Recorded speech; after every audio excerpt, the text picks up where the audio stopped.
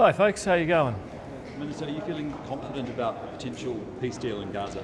Well, I'm feeling hopeful. It's been a long, harrowing couple of years, and for the first time it looks like a peace deal is imminent. I just hope that this turns out to be the beginning of a long, stable peace where hostages can be released, aid can flow, and rebuilding can happen. Not just rebuilding of physical things, but rebuilding of a proper state in Palestine that's not dominated by terrorists who just as soon hurt their own kids as other people's. Do you think if we do get towards a peace deal, your government might be more open to the idea of recognising a Palestinian state? Yeah, if you look at the reason the government didn't recognise, it's who are you recognising? We can't do that with Hamas, we can't do that while they're holding hostages and threatening other countries. If those guys are out of the picture and you actually have the chance to see a true, sustainable, democratic state in Palestine, then the New Zealand government's long-term position as a two-state solution is the answer.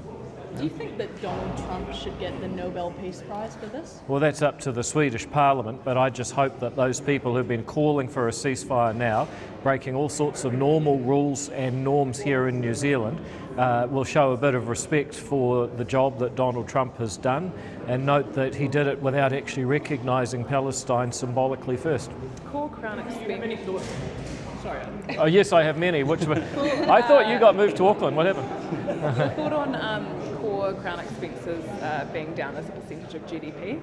Well, this is what we've been working on for a long time. You know, $915 million less on contractors and consultants, more nurses, more teacher aides, more prison guards, more frontline workers, less contractors and consultants, a lot of saving, 5% less in the public service. All of this saving contributes to government taking up less of the economy, and when the government wastes less, the people eat more. The main way that's transmitted is through these lower interest rates, which mean lower mortgage payments. You know, $400 less on the $500,000 mortgage, $400 less per fortnight. That makes a big difference to people, including to renters, because often landlords are paying mortgages too, and we've seen rents come down as well. So all of this saving at a government level makes a big difference to the kind of Christmas that New Zealanders can look forward to. Would you like to see expenses come down further, and by how much? Well, everyone knows that ACT has gone into this government as the one that wanted the biggest savings. We put that in our alternative budget. I just look at what Grant Robertson spent before COVID. He was spending 28% of GDP. We're still significantly higher than that, partly because of health interest costs on the debt that Grant Robertson borrowed later on, and also on pensions. But I would like to see it come down to a level of spending similar to pre-COVID Grant Robertson, who was actually a little bit responsible before he lost the plot. However, I know that this government is going to do not as much as ACT would do, but more than they do without ACT. The government is still... perspective on whether Fonterra should sell Anchor and Mainland? Look, that's up to the Fonterra shareholders. I try not as a politician to get involved in other people's business. If they believe it's a better deal to focus on their core business rather than making ice cream, I think they should be allowed to do that. I don't think politicians should try and tell business people how to run their businesses, because if I wanted to be in business, I would be. It turns out I'm a politician. That's exactly what Winston Peters is doing. He's questioning the sale. Well, he's got free speech, doesn't he? But as far as the ACT Party is concerned, and as far as the position of the New Zealand government, we support businesses' ability to make their own decisions. Fonterra shareholders deserve the right to make their own decisions. If somebody wants to get involved and buy some shares, you can influence it. Otherwise, I'd leave it up to the people whose money's on the line. Minister, what do you make of the Pacific Island Ministry? Fonterra, much like other businesses, though, I mean, it's a creature of legislation. It's a gigantic part of our economy.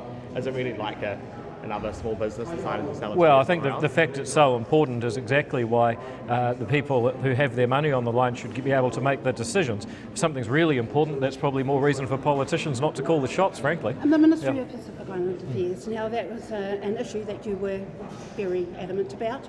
So are you disappointed that the Ministry of Pacific Affairs is going to remain as is? Yeah, I mean, everyone knows what the ACT Party thinks about the size of government. There's too much government, there's too many departments. We would go down to a much smaller government, everyone knows that, but we've settled to be part of a three-way coalition where we don't get everything we want, but we get a lot more than we would if we weren't in the government. You seem to have singled them out, though, earlier on. You seem to have singled them out. It seemed to, but that's just because you're not following the story. If you look at the comprehensive alternative budget, we actually removed a range of departments that we don't believe add value. If you want to say what it seems to be, that's fine, but I got to talk to these other The journalists. goal in terms of cutting spending on contractors and consultants, that was 400 million.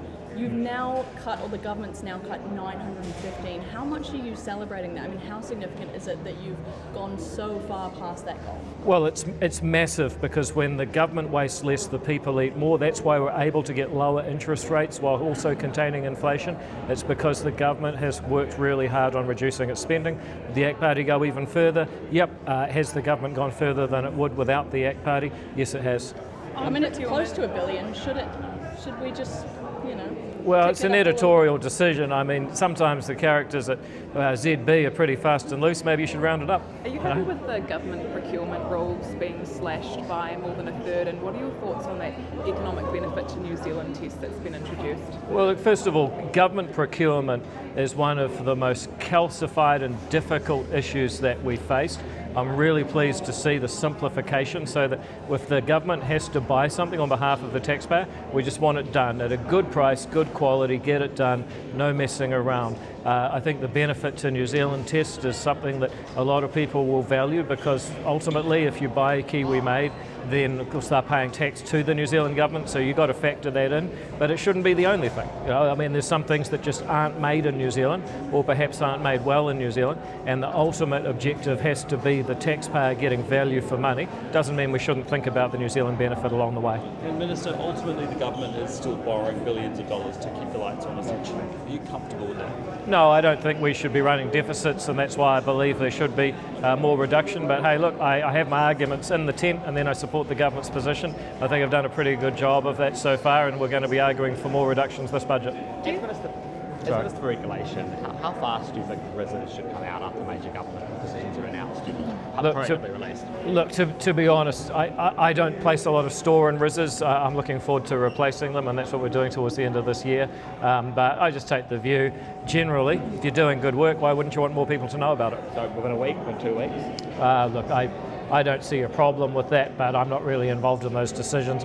With the stuff that I do, if anyone ever wants information about what I'm doing, as you know, I'm generally pretty eager for people to know more about what I'm doing, because I'm proud of it. On the Fonterra deal, one of the claims that New Zealand First or issues that they've raised is the potential for big bonuses to come from that deal, and then for Fonterra executives to leave shortly after. Do you think that there's any argument that Kiwis will be concerned about that, given Fonterra's Well, place in it depends. I mean, this is not a socialist country, right? Like, Fonterra is a company owned by Fonterra shareholders. It's up to them. We don't all own it. If we did, then we would be a communist country, and I'm opposed to that. So look, it's up to the shareholders. It's up to people's individual circumstances. If they've done a really good job, they get a bonus and they leave. I guess that's up to them. Thanks, All right, thank you very much, guys.